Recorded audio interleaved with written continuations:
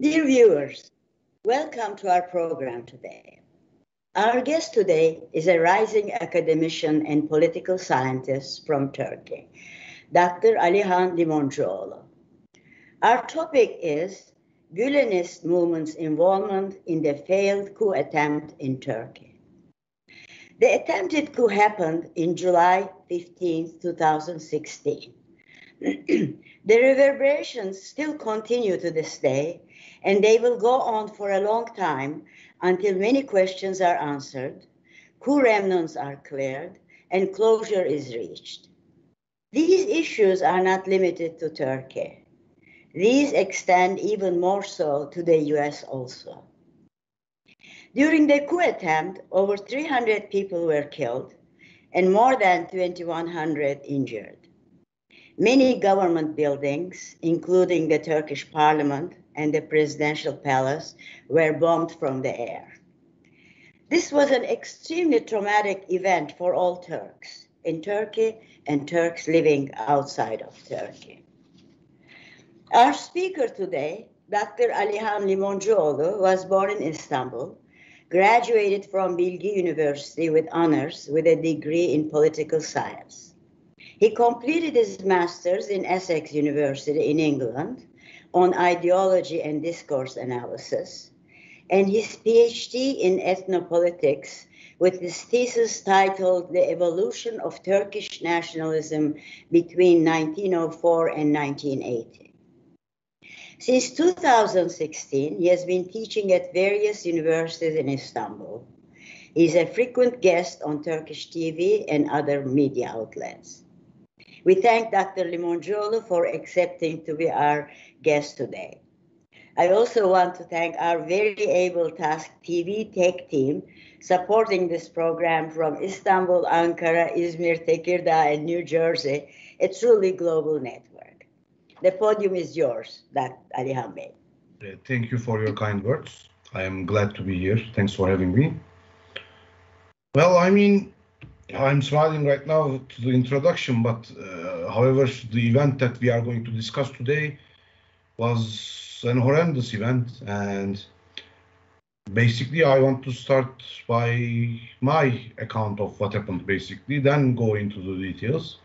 And as many people are, I'm just sitting at home, and then you hear some rumors on social media, you turn on the TV, and then there are some soldiers on the bridge. However, it's too early for a military coup out of experience or out of what we have read. So it's a bit surprising. But then again, many of us, including me, many people have been expecting such a moment from the Gulenists, because basically we need to look back at history. The Gulenist movement was founded at the late 70s in Turkey.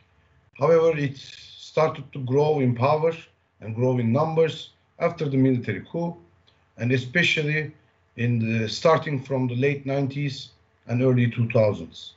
Slowly but surely, Gulenists have gained ground in many different places, especially education, judiciary, and the army.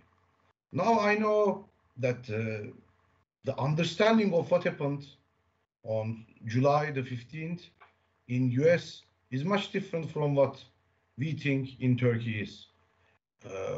I would say there is a near consensus in Turkish citizens that the coup was undertaken by this terrorist organization, the Gulenist movement terrorist organization.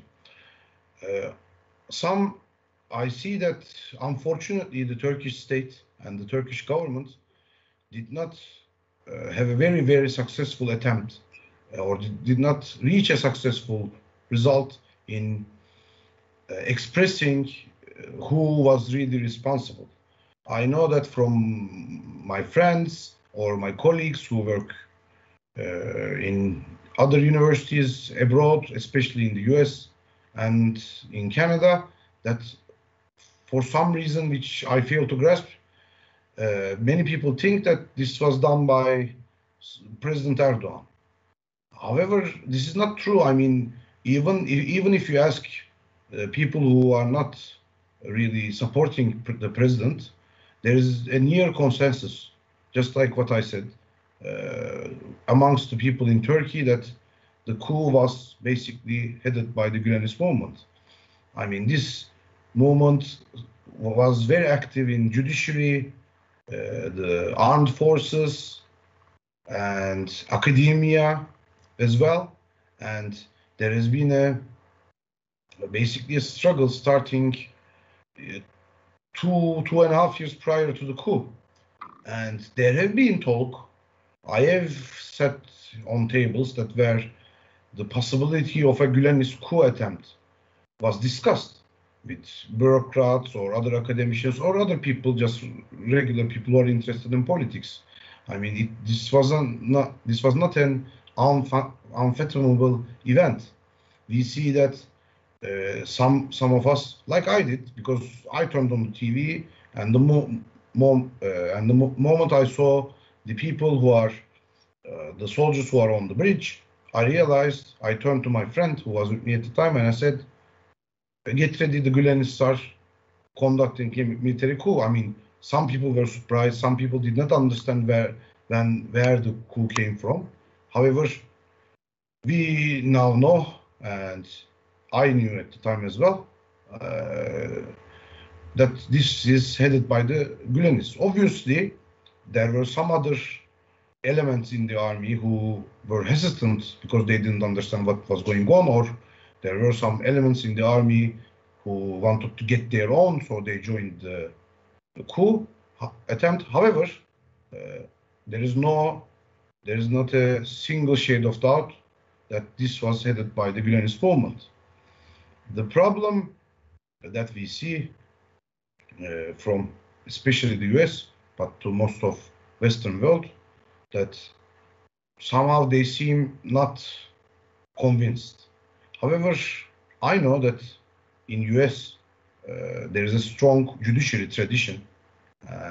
However, whether in this case, I am confused whether that political situation is considered more than the judiciary situation, because right now the head of this terrorist organization, Fethullah Gülen, is living in a house near Poconos, Pennsylvania, as far as I'm aware, and he has been denying actually that he was part of this coup attempt. But however, just before, there are a few videos of him just before the coup attempt, and there are videos of his followers, his famous followers, who sort of imply that there is going to be a coup attempt. For example, there is one academic who says, "I am unhappy that I have become an academic. I wish I were a colonel," just 2 days prior to the coup. There have been some sort of this Gulenist movement is somehow in love with these secret cryptic messages, and they sort of gave a commercial which sort of implies that something big is going to happen on 15th of July.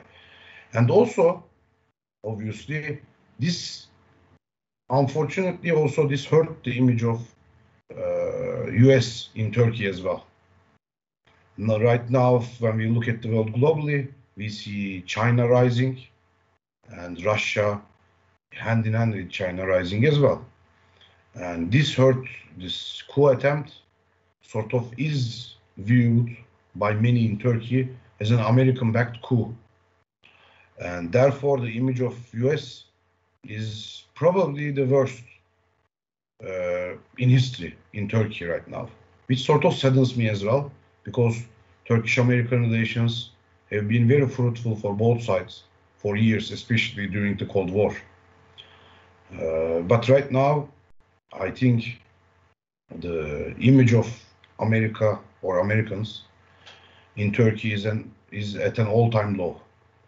When we look at what happened basically after the coup, we also saw, unfortunately, the loss of lives of many, and this also hurt a lot of people as well.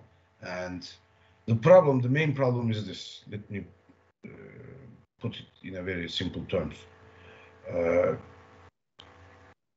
Almost the entire country is convinced that Gülen and his movement is behind the coup. And there are many different things that are pointing to this. And today, when you discuss this amongst anybody, they say, why is now America still holding on to Gülen? And when they ask the American authorities, they say, we do not see enough proof. However, I mean, as Turks who lived through what this movement has done, which I can give you a few examples as well. I mean, they stole exam questions, the centralized exam. Imagine sort of a religious cult stealing the questions for the SAT. This is what they did in Turkey, for example. And then they sort of distributed the answers to their followers so that they can gain better positions in the university entrance exams, for example. Then they have sort of provoked the Gezi protests, which was very famous in Western world. And they have provoked the police, sort of provoked the police who worked with this movement, Gulenist movement, provoked the protests. Also, they have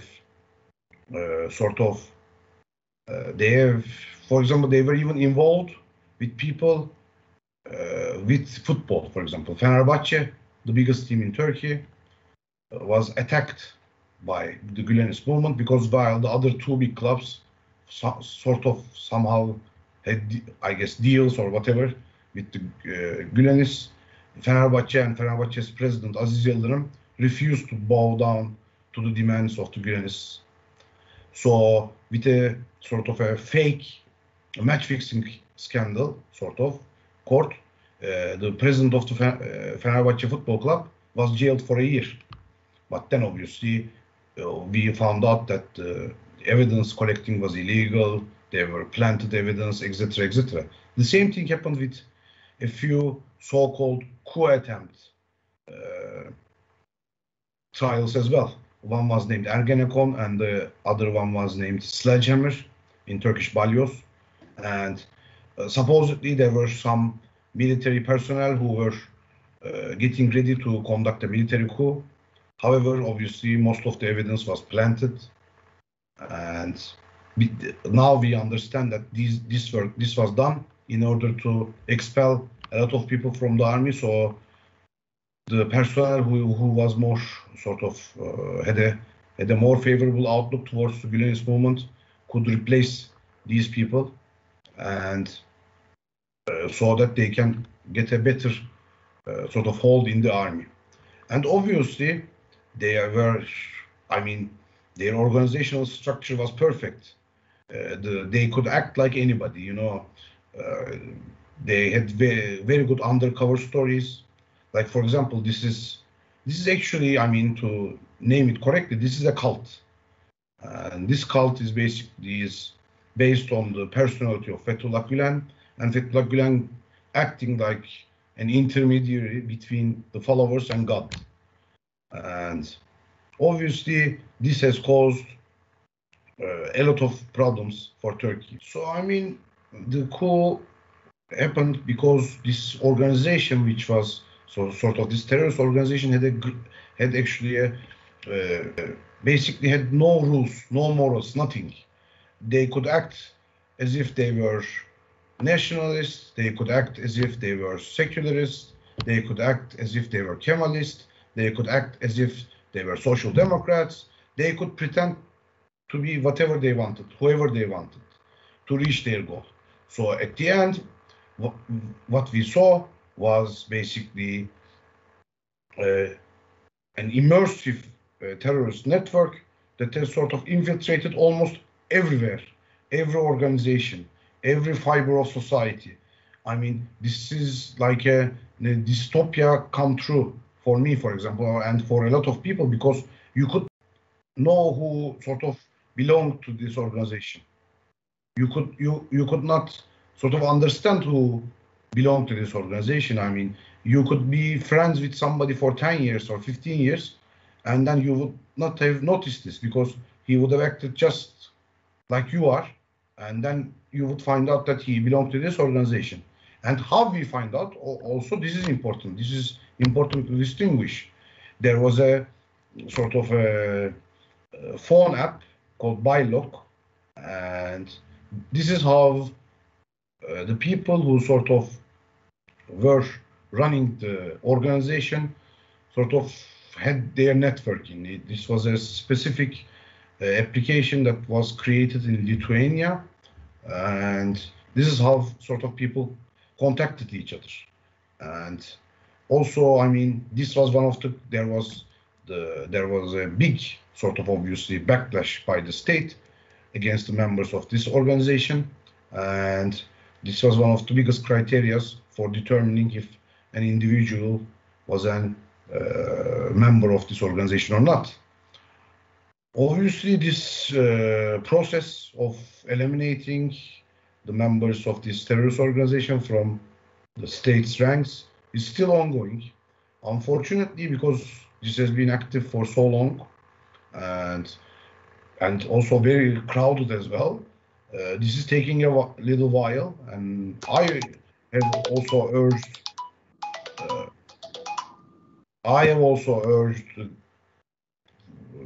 in my media appearances the government to conduct a harsher and stricter measures against the members to eradicate the influence of this organization quickly and as soon as possible. Unfortunately, this is taking a very long time to basically wrap up this process of eliminating the terrorist organization and its members. We saw the government acting very swift in the first few months, but however now it's harder because some members are entrenched in the ranks of bureaucracy, and obviously, as you might guess, they are looking after each other. I guess this is okay for beginning. If you have questions, I'm more than happy to answer your questions, Ms. Bain. Thank you. You're welcome. For your explanation of the issues. I have several questions. Now, in the US, 2016, there was confusion. We got all kinds of answers, almost all denial, and there was some kind of a defense. It was self-made revolution, coup. But now, especially with Biden administration, Biden out very openly dislikes the current government in Turkey, and out very openly said, I have to do something about it. We have to do something about it. And the regime change, of course, we know from year 2000 on, the regime change obsession of the United States it destroyed many countries, actually. So was there a regime change desire, you think, in 2016, or was there something that U.S. wasn't really too involved but gave tacit approval? Was there an active desire to change the regime in 2016? But I think now there is. Now there is. Of course, they can't do anything about it, but there is very strongly now. So in 2016, what was your feeling coming from the U.S.? Well, I think at least they knew what was going on or what was going to happen, but they did not share information. This is clear as day now that U.S. had information because Russia had information. Russia shared the information, and Britain had information, and Britain shared information. But U.S. did not share any information. U.S. basically did nothing, just laid down on their ears and pretended nothing happened until basically it was clear that the coup attempt was going to fail, and then they started sort of tweeting, oh, we want the democracy in Turkey to continue, blah, blah. I mean, I think if there was a second term of Trump, to be very frank with you, I think Turkey and US would have maybe not solved the problem, but would have come a long way to solving this problem. Well, however, the Biden administration, not just Biden himself, I think people who are more biased against Turks and Turkey are people who are around Biden, not Biden himself, who are more radical, especially Vice President Harris and people like her. And they think basically that President Erdogan is whipping us every day like an Egyptian pharaoh or something, which is obviously not true. I mean, I'm not saying Turkey is beacon of democracy or anything, but I mean, in the region, Turkey is an okay country. I mean, compared to its neighbors, Turkey is not heaven nor hell. I mean, I don't know the obsession with sort of this social liberal Western politicians thinking that Turkey has become a hell for anybody who speaks up his mind or her mind, which sort of makes no sense to me. But when I look at it now, I mean, Turkish-US relations might sort of actually, with the latest few developments regarding Afghanistan and the Black Sea issues between Turkey, US and Russia, now I think it's slowly starting to improve, which I always favor, because obviously the other alternative of sort of China and Russia is a scary prospect for many who love human rights, democracy, and etc. So I think, I mean, when first Biden got elected, many of us panicked, but now I think we see a slight improvement for the Turkish-American relations in the last few months. Let's hope that it continues. Well, currently, I did send you some information. The situation is getting worse. The influence of Gülen, the supporting of Gülen by media and legislators. And for example, we have a basketball player called ENES KANTER. This man is a sportsman. However, he is a fanatic supporter of Gülen. He made a statement that he drinks the leftover tea from his cups and he reaches unbelievable happiness. And this man is in the Congress frequently, and he is considered a human rights person. And his articles are published in Washington Post. And now Gülen Group has a lobbying firm. They hired a lobby firm in Washington, and it's like a chronic disease at the side of Turkey, I think. And I don't know, I think it's now weaponized. The issue is weaponized by the media, by legislators, and granted that Americans only think of the moment. They don't look into the past. They take an event out of context, and many legislators have no idea of the background of Gülen or the history of his since 1980s, the secret organization or such. They take it out of the context. Turkey has problems that U.S. doesn't like, and they are creeping around it. So it's very disturbing for the Turkish-American community trying to explain ourselves, explain this issue. But I don't think there's too much, we can't do much about it because there's freedom of speech, people can do anything, can say anything, but it is hurtful and it is not helping to our relations with this country. So I want to ask you, what do you see in Turkey?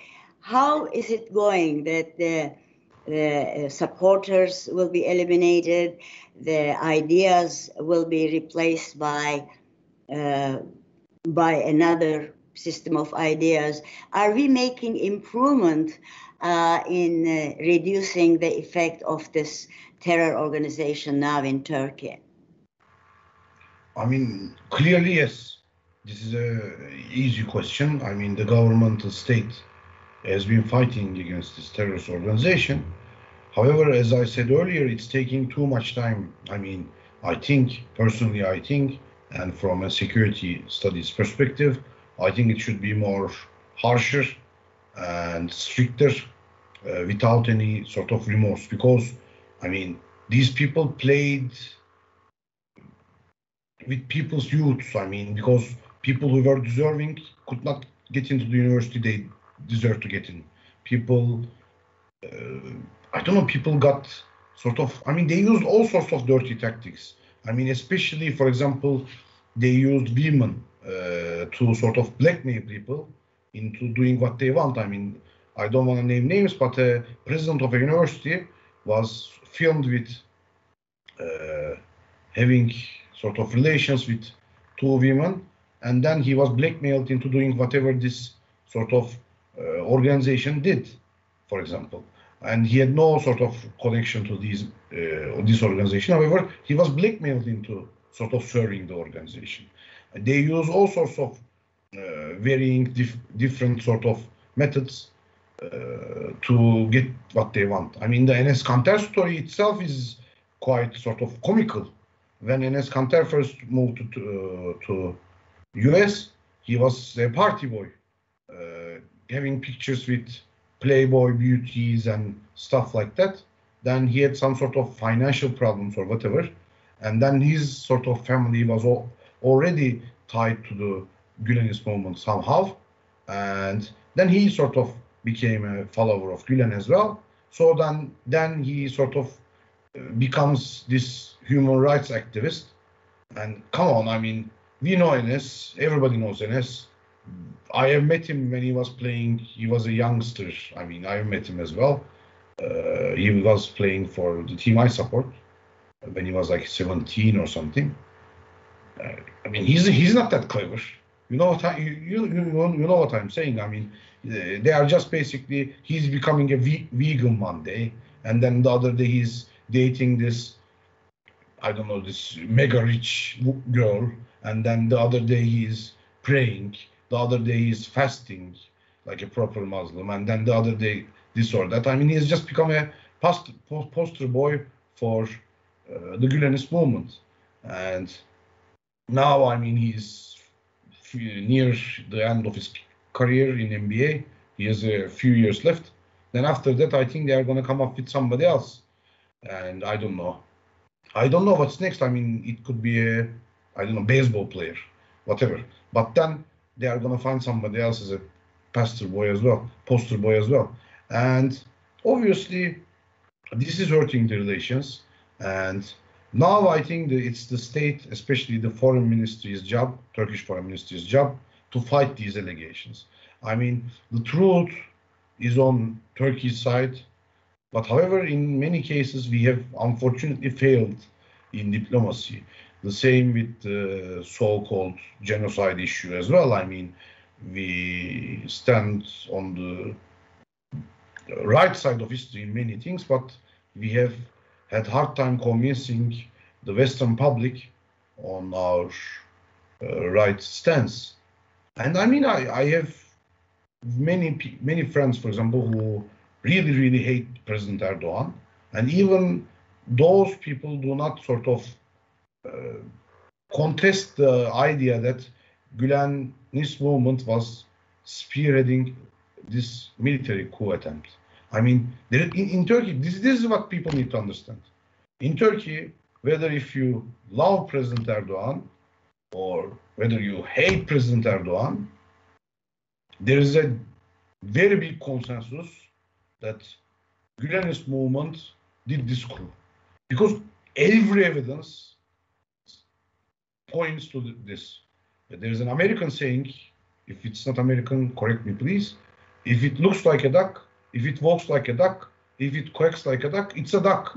And it is a duck. You know what I mean? I mean, if you have enough information about what happened that night, and if you have enough information about history, you know that the Gulenists did it. I mean, obviously they had help from some, I don't know, some minor factions, whatever, blah, blah, but obviously they were at the top without question or doubt. I mean, as an academician, I had to face these guys. As, I don't know, everybody, if you're a policeman, for example, they had sort of a parallel structure in the police. They had a parallel structure in the army. You could for example, if in the police structure, obviously there are ranks. And for example, if you can be a sergeant and the other person could be a new police, but the new police would outrank the sergeant in the structure of this organization. So then sergeant would get orders from the new policeman. These things happened in Turkey. I mean, this is outrageous and unacceptable. So I guess it is sort of, these things need to be talked about. I don't know. Well, we in the US, of course, we try to explain. I'll ask you two theoretical questions. Well, one is, you know, before 1979, France was very protective of the mullahs of Iran and all the religious leaders. And all of a sudden, 79 came, and they took over. And of course, it got much worse than the Shah's regime. And of course, CIA was totally taken by surprise. They had no idea. So do you see a parallel that U.S. supporting this man, protecting him, very, covered up, and if you have taken over the government, what kind of government we would have? What kind of regime would come? Would that end in a similar disastrous fashion like it ended in Iran? Do you feel that there is a parallel? I think Turkey is very different. I don't think this can succeed in Turkey. This is such a coup.